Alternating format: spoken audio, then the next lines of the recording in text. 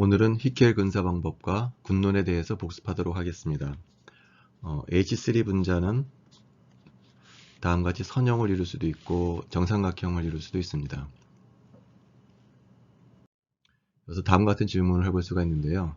H3 플러스 이온과 거기에 전자 하나가 더 들어간 중성 H3, 거기서 전자가 하나 더 들어간 H3 마이너스의 구조가 다음과 같이 삼각형과 삼각형과 선형 구조를 이룬다고 알려져 있습니다. 이것을 히켈 근사 방법을 이용을 해서 설명해 보도록 하겠습니다. 히켈 근사 방법을 이용하게 되면은 선형 분자인 경우에 에너지 준위가 다음같이 표현이 되고 정삼각형인 경우에는 디제네레이트된 케이스가 있는 것으로 알려져 있습니다. 그래서 우리가 히켈 근사 방법을 이용해서 이 에너지 준위를 구한 다음에 만약에 전자가 3개가 있다라고 그러면 이렇게 배치를 시켜서 토탈 에너지를 구할 수가 있습니다. 토탈 에너지를 구해보면은 예를 들어 H3 같은 경우에 선형인 경우에는 3α 플러스 2룩2 베타로 표현이 되고 정삼각형인 경우에는 3α 플러스 3베타로 나타납니다. 그래서 두 개의 에너지를 비교해 보면은 이것이 더 낮은 에너지 준이기 때문에 우리가 이제 트라이앵귤라라는 얘기를 해줄 수가 있습니다. 이 부분에 대해서 다시 한번 자세히 복습해 보도록 해보겠습니다. 히켈 근사 방법에 의하면 우리가 이제 시큘러 이케이션을 이제 유도해야 되는데요. 시큘러 이케이션을 유도하기 위해서 우리가 3가지 근사를 했었죠. 첫 번째는 레조넌스 인테그랄에 대한 근사고였고요. 그 다음에 이제 오버랩 인테그랄에 대한 근사였습니다. 오버랩 인테그랄은 자기 자신인 경우에만 자기 자신끼리의 오버랩 인테그랄만 1이고 나머지는 0으로 이제 간주한다는 것이 히켈 근사였고요. 레조넌스 인테그랄에 대해서는 자기 자신과의 레조넌스 인테그랄은 알파로 놓고 바로 옆에 있는 것끼리는 베타, 그 이외에는 이제 0으로 놓는다는 것이 이제 히켈 근사였습니다. 이 히켈 근사를 이용을 해서 우리가 시큘러 이케이션을 풀게 되면은 선형인 경우와 정삼각형인 경우에 시큘러 이케이션이 다른 모양을 띠게 됩니다.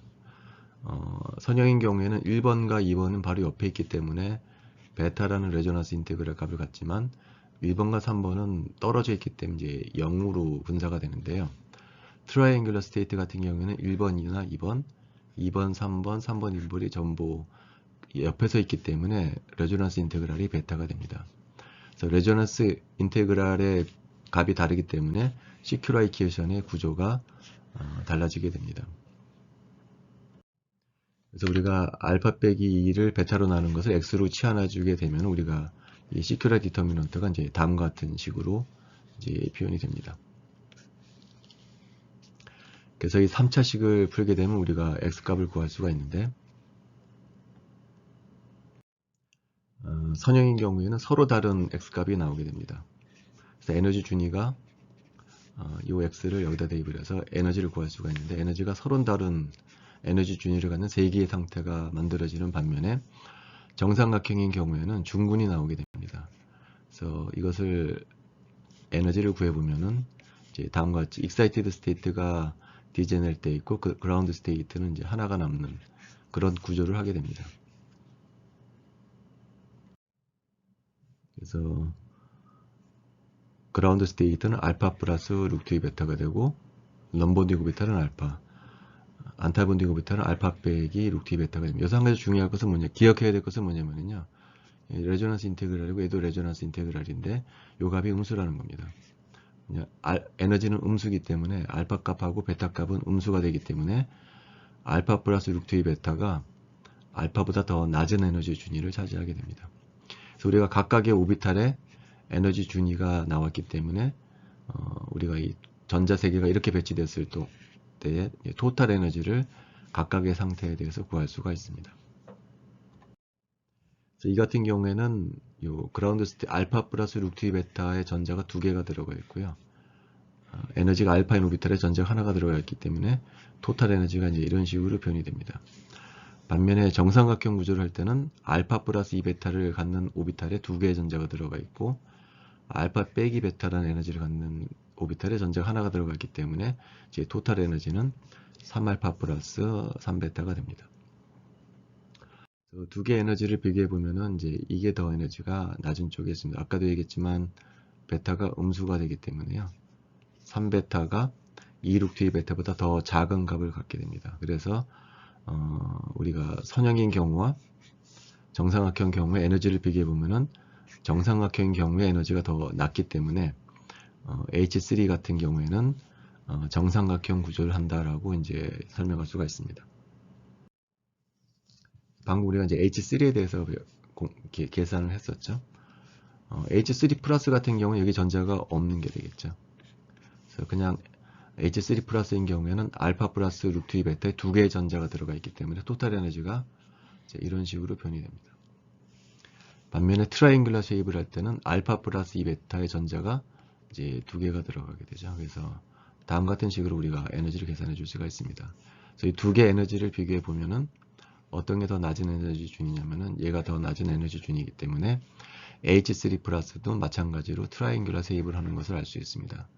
그러나 H3 마이너스가 돼서 전자가 4개가 되면은 여기 전자가 들어가고 여기 전자가 들어가서 토탈 에너지를 비교해 보면은 이제는 어떤 게 더 낮은 에너지 준위를 갖냐면은 리니어한 경우가 더 낮은 에너지 준위를 갖습니다. 그래서 H3가 전자를 4개를 갖게 되면은 구조가 변해서 이제 선형 구조를 한다는 것을 알 수가 있습니다. 그래서 우리가 간단한 휘켈 근사를 이용을 해서 H3 플러스하고 H3 마이너스의 구조를 예측할 수 있습니다. 4번자뿐만이 아니고 원수리 부타다이엔 같은 선형 4원자 분자도 마찬가지 방법으로 우리가 시큐라 이퀘이션을 얻어서 에너지 준위를 구할 수가 있습니다. 이 같은 경우는 1번, 2번이 서로 옆에 있기 때문에 이런 식의 시큐라 디터미넌트를 구할 수가 있습니다. 1번, 3번, 1번, 4번은 멀리 떨어져 있기 때문에 레조넌스 인테그랄이 휘켈 근사에 하면 이제 0이 됩니다. 그 다음에 2번 탄소 같은 경우는 1번과 3번이 바로 옆에 있기 때문에 1번과 3번이 1이 되고 4번 탄소와는 멀리 떨어져 있기 때문에 0으로 됩니다. 그래서 비슷한 방법으로 우리가 이제 이런 시큐라 디터미넌트를 구할 수가 있고요. 그럼 이것을 풀게 되면 x의 4차식이 나오게 됩니다. 이 4차식을 풀게 되면 우리가 근을 4개를 얻을 수가 있는데 중근은 없고 서로 다른 에너지 준이 4개를 얻게 됩니다. 이런 식으로. 그래서 이제 전자를 순서대로 채워놓으면 되고요. 원쓰리 부타다이엔 같은 경우에 시그마 결합은 그 VB 이론으로 설명을 하고요. 지금은 이게 파이오비타를 MO로 설명한 게 되죠. 그래서 MO에는 전자가 4개가 들어가게 됩니다. 그래서 이런 식으로 우리가 에너지 준위를 구할 수 있고요. 우리가 수업 시간에 하지는 않았는데 이 파동함수의 개수도 우리가 구할 수가 있습니다. 개수를 구해보면은 우리가 다 크게 같지 않다라는 거예요. 우리가 일반학 시간 때는 이 오비탈을 그냥 단순히 노드가 하나가 나와야 되기 때문에 마마 이런 식으로만 표현을 했었잖아요. 근데 히케 근사를 이용하게 되면 우리가 그 오비탈의 개수도 구할 수가 있습니다. 그럼 보다시피 크기가 다 다릅니다. 실제로 계산해 보면 이 오비탈의 개수는 이게 0.6이 된다는 거죠. 이게 0.371이 되고 얘는 빼기 0.371, 얘가 0.6이 된다. 빼기 0.6이 된다는 거죠. 이런 식으로 개수를 구할 수가 있습니다. 그리고 히켈 근사에 의하면은 자기 자신끼리의 오버랩 인테그랄은 1이고요. 다른 것끼리 무조건 0으로 했기 때문에 이 개수들을 제곱을 해주게 되면은 얼마가 되냐면 이게 1이 나와야 합니다. 왜냐하면은 이 파동함수를 제곱해서 적분해주면은 1이 나와야 하기 때문에요. 이 개수들을 제곱해줘서 더해주면 1이 나옵니다. 해보면 이제 1이 나온다는 거죠. 근데 한 가지 가정이 있다는 거죠. 이게 무슨 가정이냐면 요 가정이 있다는 거죠. 자기 자신끼리의 오버랩 인테그랄은 1. 무조건 옆에 있건 상관없이 다른 것과의 오버랩 인테그랄은 0이라는 가정을 이용하게 되면 우리가 요 개수들을 제곱해주게 되면 1이 나온다는 걸 알 수가 있습니다. 그래서 한번 요 개수들을 한번 구해볼 필요가 있을 것 같습니다. 사이클을 이룰 때도 마찬가지죠. M1은 역시 마찬가지로 4개 오비탈로 구성이 되는데 달라지는 것은 히켈 근사에 의해서 만들어지는 시큐라 디터미넌트가 달라지게 되죠. 예를 들면은 1번 탄소 같은 경우에는 2번과 4번이 옆에 있기 때문에 2번과 4번에 1이 들어가게 됩니다. 2번 탄소인 경우에는 1번과 3번이 옆에 있기 때문에 1번과 3번은 1이 되고 4번은 0이 됩니다. 이런 식으로 우리가 이런 시큘러 디터미넌트를 세울 수가 있고요. 이 시큘러 디터미넌트를 풀게 되면 4차식이 나오고 그것의 근을 구하게 되면 중요한 것은 중근이 두 개가 나옵니다. 그래서 에너지 레벨이 이런 식으로 된다는 거죠.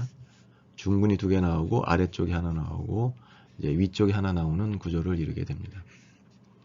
그래서 우리가 이제 사이클 오브 다다잉 같은 경우도 이런 식으로 우리가 M을 구할 수가 있습니다.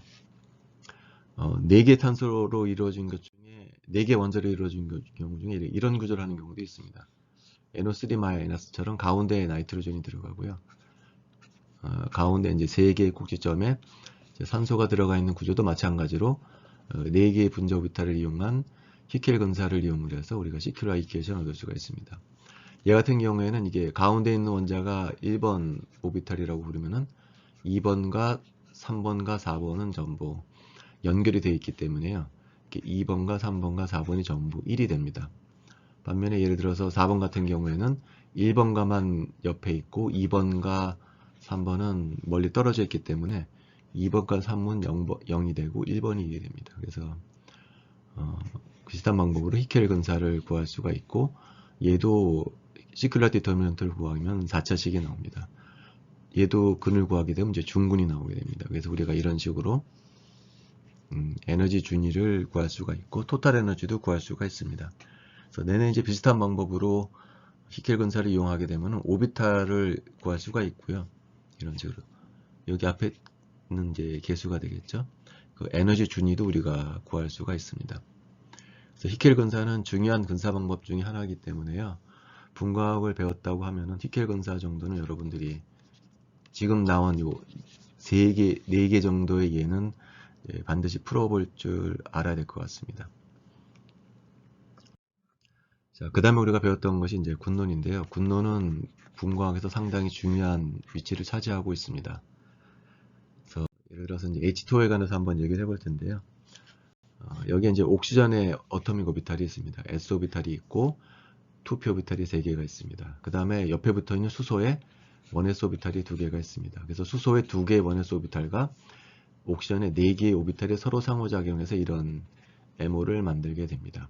그래서 첫 번째 질문은 뭐냐면은 전자를 이제 밸런스 일렉트론이 이제 8개의 전자가 있기 때문에 4번째 오비탈까지 채워지고 질문은 뭐냐면은 이 호모인 4번째 오비탈에서 5번째 오비탈로 전이가 가능할 거냐가 1번 질문입니다. A번 질문. B번 질문은 4번째 오비탈에서 6번째 오비탈로의 전이는 가능할 것이냐가 이제 B번 질문입니다. 근데 우리가 일반학 시간 때부터 계속 얘기했던 것이 이니셜 스테이트에서 파이널 스테이트로 전이가 가능하냐 가능하지 않냐는 적분을 해줘야 되는데 얘가 이니셜 스테이트의 파동함수 파이널 스테이트의 파동함수. 근데 빗을 쏴주게 되면 평광이라는 게 있거든요. 평광은 X방향의 평광이 있고 Y방향의 평광이 있고 이제 G방향의 평광이 있습니다. 그래서 예를 들어서 이 적분값이 0 아닌 값을 갖게 되면 우리가 이것은 allowed transition이라고 얘기를 한다는 거죠. 그래서 A번하고 B번은 결과적으로 이런 적분값이 0이 되는지 0이 안 되는지를 한번 구해보라는 것입니다. 군론을 이용을 해서.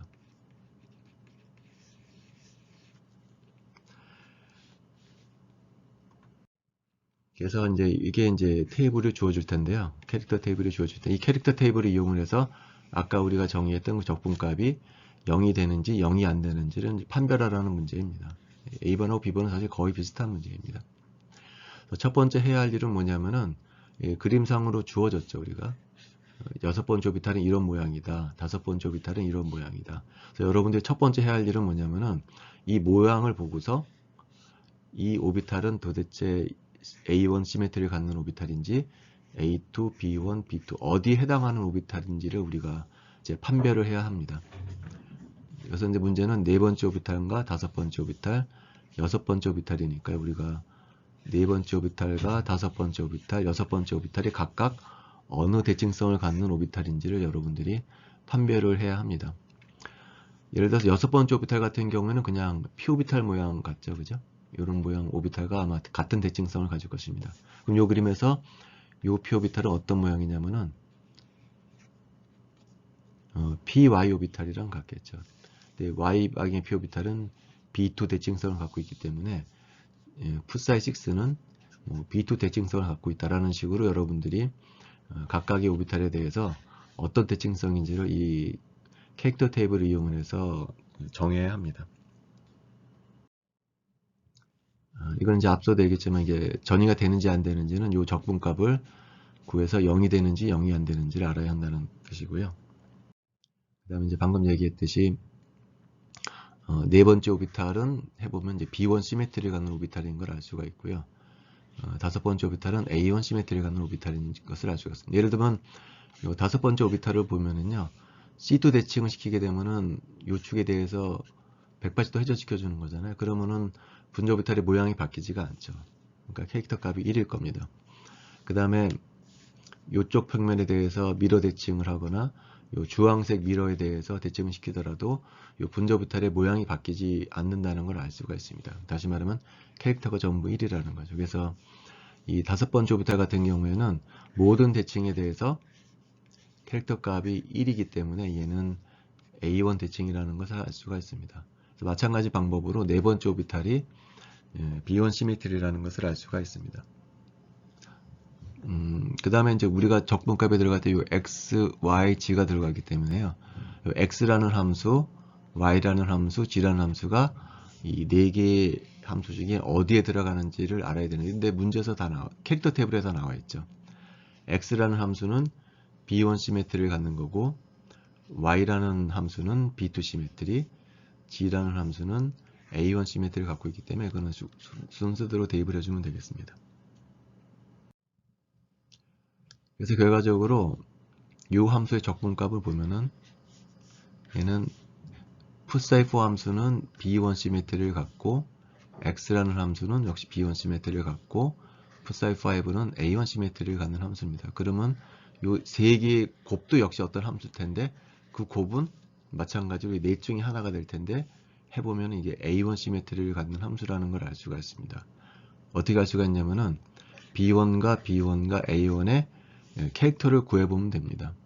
그래서 B1이 두 번 들어가게 되고 A1이 한 번 들어가게 되죠. 그래서 캐릭터 값을 구해보면요, 전부 1111이 나올 수밖에 없고, 왜냐면 B1을 자기 자신끼리 곱하게 되면 이게 전부 1이 되거든요. 거기다 또 A1을 곱해주게 되면 그냥 1111이 되죠. 다시 말하면 B1 시메트리를 갖는 함수, B1 시메트리를 갖는 함수, A1 시메트리를 갖는 함수를 곱해주게 되면은 걔는 어떤 대칭성을 갖는 함수냐면은 A1 시메트리를 갖는 함수가 됩니다. 그리고 A1 시메트리를 갖는 함수는 우함수이기 때문에 모든 대칭 조작에 대해서 우함수이기 때문에 얘는 이제 적분값이 0이라는 걸 보일 수가 없습니다. 그래서 얘는 이제 얼라이드 트랜지션이라고 부른다는 거죠. 반면에 y 평강을 가진 빛하고 g 평강 빛을 가진 경우에는 우리가 그것이 forbidden이라는 것을 구할 수가 계산할 수가 있습니다. 왜 그러냐면은 요 적분 같은 경우에는 B1, y는 어떤 대칭성이냐면 B2, 그 다음에 셀파는 B1이 되겠죠. 그럼 B1하고 B2를 곱해주게 되면은요, B1하고 B2를 곱해주게 되면은 1, 얘 곱해주면 1, 얘 곱해주면은 마이너스 1, 곱해주면 마이너스 1이거든요. 거기다가 A1을 또 곱해주게 되면 A1은 그냥 111이죠. 그러니까 다시 말하면 캐릭터가 얘가 됩니다. 얘는 어떤 대칭성을 갖는 거냐면은 A2 대칭성을 갖는 함수라는 거죠. 여기. 그러니까 여기에 들어가는 놈은 A2 대칭성을 갖는 함수인데 A2 대칭성은 요 두 개의 대칭 조작에 대해서 기함수가 됩니다. 그리고 우리가 그 기함수는 반드시 적분해주면 0이라는 걸 보일 수가 있습니다. 그래서 이 적분값은 반드시 0이라는 걸 보일 수가 있습니다. 마찬가지로 이 세 번째 적분값도 이제 0이라는 걸 보일 수가 있습니다. 따라서 4번 함수에서 5번 함수로는 전이가 되기는 되는데 어떤 방향에 평강된 빛을 쏴줘야 되냐면은 X방향으로 평강된 빛을 쏴줘야 한다라는 거죠. 어쨌든 트랜지션은 되기 때문에 A번은 이제 allowed 트랜지션이 되겠습니다. B번도 거의 비슷한 방법으로 풀면 됩니다. 그래서 우리가 앞서서 그러니까 결과적으로 이 B번 문제를 풀기 위해서는 이 적분값이 0인지 0이 아닌지, 이 적분값이 0인지 0이 아닌지를 판별해 주면 되거든요. 그럼 이제 각각의 이 세 개의 함수의 대칭성만 알면 되는데, 네 번째 함수는 앞서 우리가 B1 시메트리를 갖는 함수라고 알려져 있었죠. 그리고 여섯 번째 함수는 제가 아까 얘기했지만 B2 시메트리를 갖는 함수입니다. 그리고 X하고 Y하고 G 함수는 이런 대칭성을 갖는다는 것을 우리가 알고 있기 때문에 이 세 개의 함수를 곱했을 때 어떤 대칭성을 갖는 함수인지를 우리가 구할 수가 있습니다. 근데 각각 B2, B1, A2 시메트리를 갖는 함수로 계산되어져 나옵니다. 근데 이 세 개의 함수는 B2, B1, A2 함수는 적어도 하나의 대칭 조작에 대해서는 음수값을 갖는다는 거죠. 이것들은. 그러니까 적어도 하나의 대칭 조작에 대해서는 기함수이기 때문에 그런 경우에는 우리가 수학적으로 반드시 적분해 주면은 0이라는 걸 보일 수가 있습니다. 다시 말하면은 4번에서 6번으로 가는 트랜지션은 X로 평강된 빛을 쏴주거나 Y 평강된 빛을 쏴주거나 G 방향으로 평강된 빛을 쏴주더라도 모두 다 forbidden 트랜지션이 됩니다. 그래서 4번에서 6번으로는 이제 전이가 안 된다. 그래서 forbidden 트랜지션이다라는 것을 이제 얘기해 줄 수가 있습니다. 그래서 우리가 이제 간단한 군론을 이용을 해가지고요, 이 전이가 가능한지 불가능한지를 우리가 판별해낼 수가 있습니다. 그래서 이것이 이제 군론은 상당히 많은 분야의 응용 파트가 있는데요. 분광학에서는 셀렉션 룰을 지금 얘기했던 셀렉션 룰, 전이가 되냐 되지 않냐를 간단한 그 대칭성을 이용을 해서 우리가 판별해낼 수가 있습니다. 그래서 이 부분은 상당히 중요한 부분이니까 여러분들이 이 부분도 확실히 공부를 해놔야 할 것 같습니다. 오늘 수업은 여기까지 하도록 하겠습니다.